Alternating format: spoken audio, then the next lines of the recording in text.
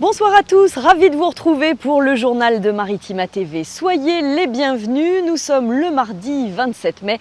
Voici tout de suite l'actu du jour. Alors aujourd'hui, c'était la journée nationale de la résistance. Une cérémonie était d'ailleurs organisée ce midi au Camp des Milles, un lieu chargé d'histoire, vous le savez, en présence de jeunes lycéens et de nombreux élus. Alexis Mort, jeune lycéen, a pu lire le nom des justes parmi la nation. Nous l'avons rencontré, tout comme Alain Chouraki, président fondateur de la fondation du Camp des Milles. Regardez plutôt.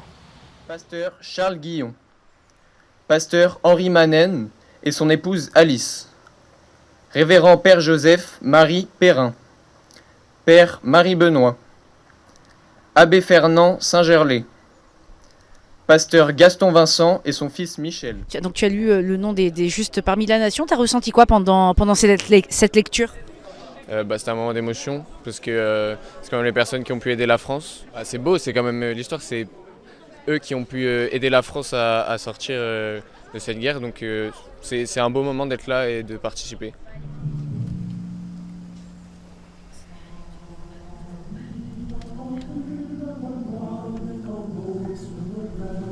Monsieur Chouraki, en 2025, il faut toujours résister. J'allais dire plus que jamais, non, pas plus que jamais, mais de plus en plus. Il faut de plus en plus résister parce que nous voyons à nouveau se remettre en place les mécanismes auxquels se sont opposés les résistants que nous commémorons aujourd'hui. Les extrémismes, les fanatismes, le rejet de l'autre, l'antisémitisme, les racismes en général, les menaces contre la démocratie et contre la paix civile. Donc il est essentiel que chacun, dans sa vie quotidienne, sur Internet, autour de soi, dans sa vie publique aussi, puisse s'engager tant qu'il n'est pas trop tard. Sinon, nous serons peut-être nombreux à être des résistants, mais on sera très amers de n'avoir pas pu empêcher que le mal arrive. Un reportage signé Noren Werfeli à Marseille. Cette commémoration rimait avec inauguration. À 2 pas du Vieux-Port, la place située à l'angle des cours Étienne d'Orve et Jean Ballard vient d'être dénommée place du journal La Marseillaise. Créé par des résistants le 1er décembre 1943, à cette adresse, le journal La Marseillaise sera désormais domicilié sur une place portant son propre nom. Quoi de plus symbolique en ce jour d'anniversaire de la première réunion du Conseil national de la résistance, le 27 mai 1943.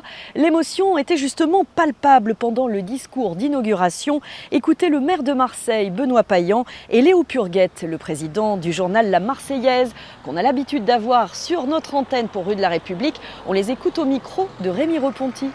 5, 4, 3, 2, 1, 0.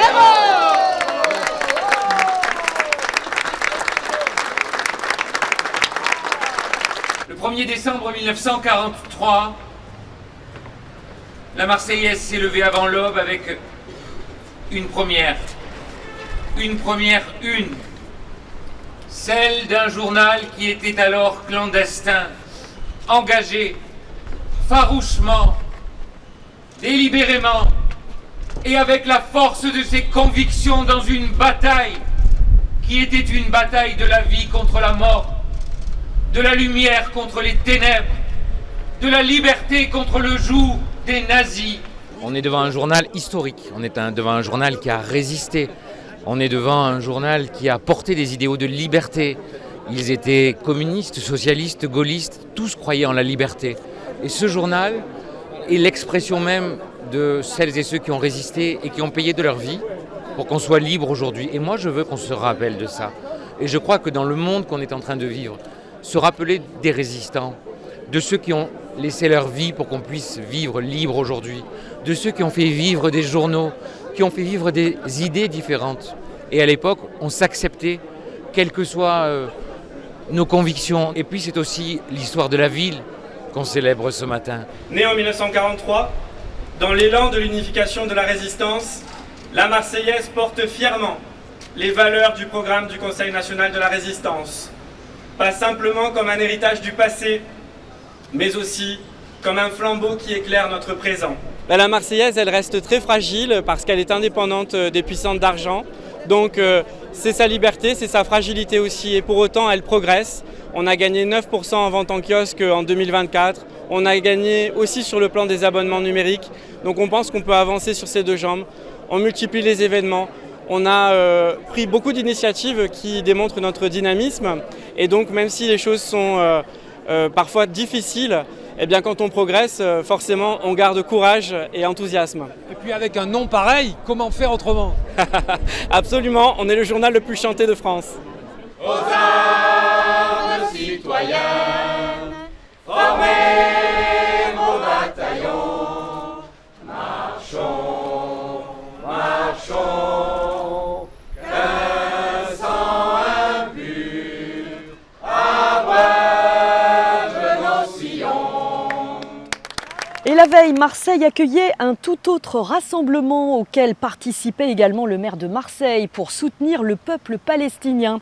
Les soutiens au peuple gazaoui sont toujours autant déterminés. Plusieurs centaines de personnes l'ont encore prouvé hier. Sous l'impulsion du Parti communiste français des Bouches-du-Rhône, les forces de gauche se sont joints au mouvement sous l'ombrière du Vieux-Port. Voici les réactions de Benoît Payan et du sénateur Jérémy Bacchi, recueillis par Enzo Buonalana.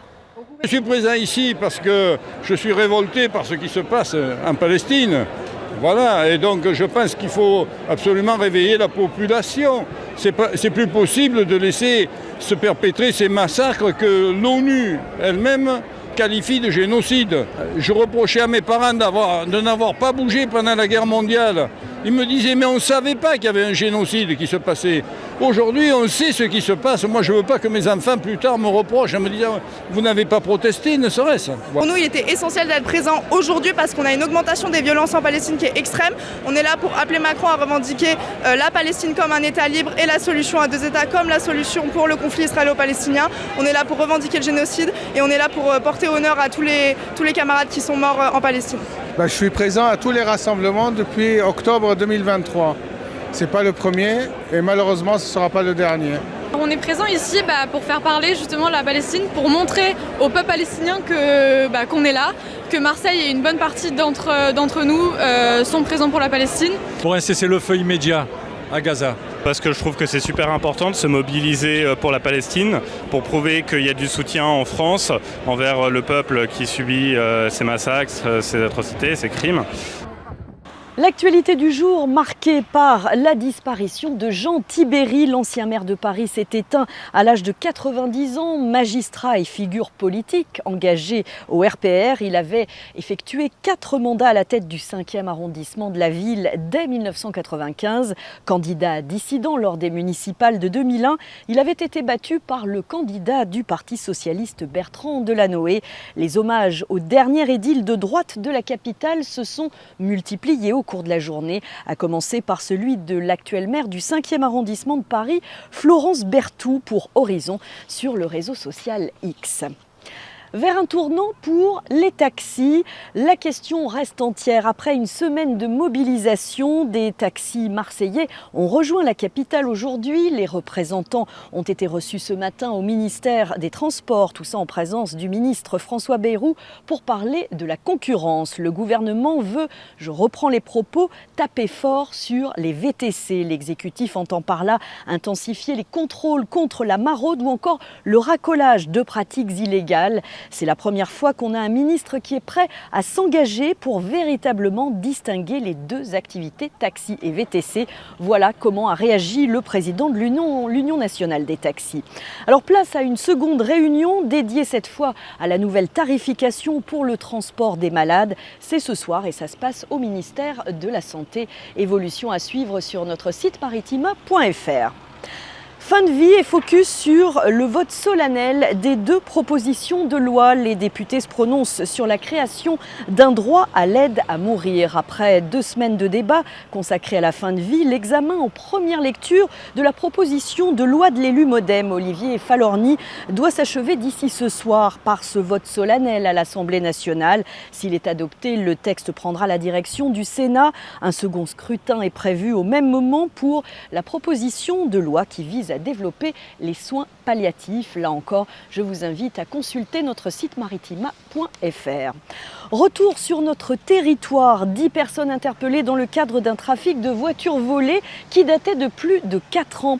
La brigade des atteintes aux biens de la division de la criminalité organisée des Bouches-du-Rhône a été saisie en 2024 par le parquet de Marseille pour enquêter sur plusieurs procédures relatives à des faits de trafic de voitures volées, maquillées, exportées vers l'Algérie via le grand port maritime de Marseille. Selon le procureur de Marseille, ces détournements perdureraient depuis 4 années et concerneraient une moyenne estimée à 20 véhicules par mois pour un préjudice qui avoisinerait les 30 millions d'euros. Une importante saisie de thon rouge en mer. Alors c'est pas perdu pour tout le monde, vous allez comprendre. Lors du contrôle d'un navire de pêche professionnel, c'était jeudi dernier, les services de l'État ont saisi 385 kg de thon rouge hors quota.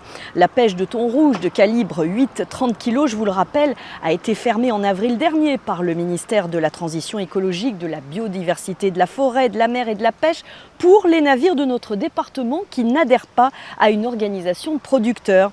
Grâce aux possibilités ouvertes par la réglementation, les poissons saisis ont été remis à titre gracieux au lycée régional hôtelier Jean-Paul Paseda à Marseille. Ils ont été transformés en filets par les lycéens dès leur réception et puis congelés pour être utilisés toute l'année scolaire dans le cadre de la formation des élèves à la cuisine des produits de la mer.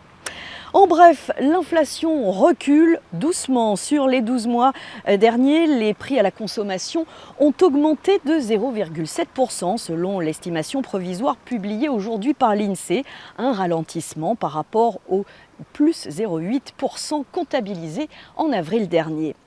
Plus d'un plan social par jour selon la CGT qui a recensé 381 plans sociaux en France ces 12 derniers mois. C'est 3 fois plus qu'il y a un an selon le syndicat qui souligne que la moitié de ces plans de sauvegarde de l'emploi concernent l'industrie. Et forcément, on est bien placé pour le savoir sur notre territoire. Une enquête ouverte dans la sphère du rugby après la plainte d'une dirigeante de la section féminine du club du Stade français contre le directeur sportif de cette section accusé d'harcèlement moral et de propos lesbophobes. Météo, et l'été s'annonce plus chaud que la normale, figurez-vous. Dans son bulletin des tendances moyennes sur 3 mois, Météo France estime qu'il y a une chance sur 2 pour que les températures de juin, juillet et août soient plus chaudes que les normes de saison et 30% de chances qu'elles soient conformes au normal. Et autant vous dire que le soleil va taper particulièrement fort en Corse cet été. Prenez-en bonne note si vous partez en vacances là-bas. On poursuit ce journal dans la cité phocéenne où une grande collecte de sang est en cours. Jusqu'à samedi, l'ESF, l'établissement français du sang, est présent sur le Vieux-Port, à quelques mètres de Lombrières. Cette grande collecte sous le signe du cinéma, ce n'est pas pour nous déplaire ici à Provence Studio, vise à sensibiliser le grand public sur l'importance de donner son sang. L'objectif est très clair, accueillir 750 donneurs sur 6 jours. Brice Mollaret, responsable des collectes à l'EFS des Bouches-du-Rhône, nous explique justement l'importance de cette opération au micro d'Enzo Buonalana. On sort d'une période un peu compliquée avec les ponts du mois de mai, où les collectes ont peut-être été un petit peu moins fréquentées. Et puis il est important qu'on collecte beaucoup de sang en prévision de la période estivale qui arrive. Donc là on s'adresse à tous les gens qui ont 18 ans, que ce soit des donneurs connus de Marseille, que ce soit des touristes, des étrangers, des gens qui viennent de la France entière pour visiter Marseille. Ils sont les bienvenus sous le chapiteau du Vieux-Port. Donc j'en profite pour sensibiliser en particulier les étudiants. C'est le bon moment, vous vous baladez par là, rentrez sous le chapiteau, vous allez passer une heure de temps sympa pour faire un geste très essentiel et irremplaçable. On vous demandera juste d'avoir une pièce d'identité. Vous allez remplir un questionnaire médical. À l'issue de ce questionnaire, vous allez passer un entretien médical avec du personnel professionnel de l'établissement français du sang qui pourra évaluer votre aptitude à donner votre sang en regardant le risque pour le donneur et le risque pour le receveur. Et puis une fois que le médecin aura donné le tampon pour vous dire voilà monsieur, vous êtes apte à donner votre sang, vous allez vous approcher autour des IDE qui sont derrière moi, des infirmières diplômées d'État qui vont vous accueillir de la meilleure façon possible, avec le plus beau sourire possible, pour faire un prélèvement. Une fois que votre prélèvement sera fait, vous irez chez mon collègue de la collation pour boire quelque chose, reprendre des forces, et tout ça en 1 heure de temps. Vous aurez contribué efficacement à sauver 3 vies avec les 3 produits que nous allons récupérer dans votre poche de sang. Alors n'hésitez plus, accomplissez à votre tour ce geste citoyen. En plus, il y a le Ferrier, le pont, vous n'avez aucune excuse. Vous pouvez prendre rendez-vous sur le site de l'établissement français du sang. Et puis sinon, vous pouvez venir comme vous êtes, il n'y a pas de souci, vous serez bien accueillis. Horaire d'ouverture de 13h30 à 18h30, donc au Vieux-Port à Marseille. Et la ville de Marseille, on y reste, recrute dans le secteur de la petite enfance. Plus de 200 postes sont à pourvoir en crèche et dans les écoles, auxiliaires de puériculture, agents d'entretien, éducateurs, éducatrices, responsables de restauration scolaire ou encore ATSEM. Si vous êtes intéressé, ne manquez pas le 3e job dating organisé par la ville à l'hôtel de ville donc de Marseille. Demain, c'est de 14h à 18h. Et on passe au sport et au football. L'incontournable tournoi Maurice Revello entre dans sa 51e édition déjà. À moins d'une semaine du coup d'envoi, les organisateurs se sont réunis autour de la presse à Fos, ville hôte fidèle de ce rendez-vous sportif toujours très attendu. Reportage sur place avec Mathis Muru. Dans quelques jours, 8 sélections des moins de 21 ans fouleront les pelouses du tournoi Maurice Revello avec l'ambition de détrôner l'Ukraine, vainqueur de la dernière édition. Et une chose est sûre, la concurrence sera de taille. On a quand même un niveau assez intéressant, très intéressant, avec notamment 5 équipes qui sont qualifiées pour le championnat du monde des moins de 20 ans. 2 journées sont organisées à Parsemin les 3 et 4 juin. Et donc la totalité des équipes se produiront sur la pelouse de Parsemin. Et ça pour nous c'est très intéressant. Et je remercie la ville de Fos de nous accueillir encore cette année dans des conditions parfaites. On peut dire, puisque le stade, pour nous, il est parfait. Et puis surtout, j'espère que le public sera nombreux et que le spectacle sera à la hauteur. Pour la ville de Fos, accueillir le tournoi est devenu un rendez-vous attendu et valorisant. Très honoré que le tournoi se déroule à Fos. Il y aura beaucoup d'agents, de joueurs. J'en ai vu passer des grands depuis des années à Fos. Je me rappelle de Sylvain Gérard, entre autres. Voilà, donc c'est un honneur que la ville de Fos soit aussi partie prenante de ce grand tournoi qui est ex-tournoi de Toulon, comme on dit les anciens. Et Maurice Revello, c'est aujourd'hui. Mais voilà, c'est une grande fierté d'accueillir le tournoi ici à Fos. Ce tournoi a souvent été le point de départ de grandes carrières. Fos-sur-Mer sera-t-elle cette année encore le théâtre des premiers pas d'un futur grand nom du football? Et le mot de la fin pour le tennis, avec une double récompense pour Istres Sport Tennis. Le club vient de valider la montée des garçons en National 1 et celle des filles en National 2. Grand bravo, les filles qui ont bouclé leur championnat de National 3 sans aucune défaite, 4 victoires et 1 nul. Et les garçons qui avaient loupé l'accession à quelques points l'an dernier réalisent cette fois un sans faute avec 5 victoires sur 5 rencontres. Un travail de formation qui s'avère payant puisque cette équipe masculine est composée uniquement de jeunes de moins de 21 ans. Avec cette accession, Istres Sport Tennis entre dans le top 50 des clubs français. Alors vous qui suivez peut-être Roland Garros, tous les regards étaient braqués sur le premier tour aujourd'hui. L'ancien numéro 1 mondial, Djokovic, affrontait l'américain McDonald, 98e joueur mondial. Alors à l'heure où je vous parle, c'était plutôt bien parti pour le Serbe, 3 fois vainqueur à Paris, qui a remporté son 100e titre à Genève juste avant. Affaire à suivre. On vous souhaite évidemment une très belle soirée sur Maritima TV et on se donne rendez-vous demain pour de nouvelles infos. Bye bye.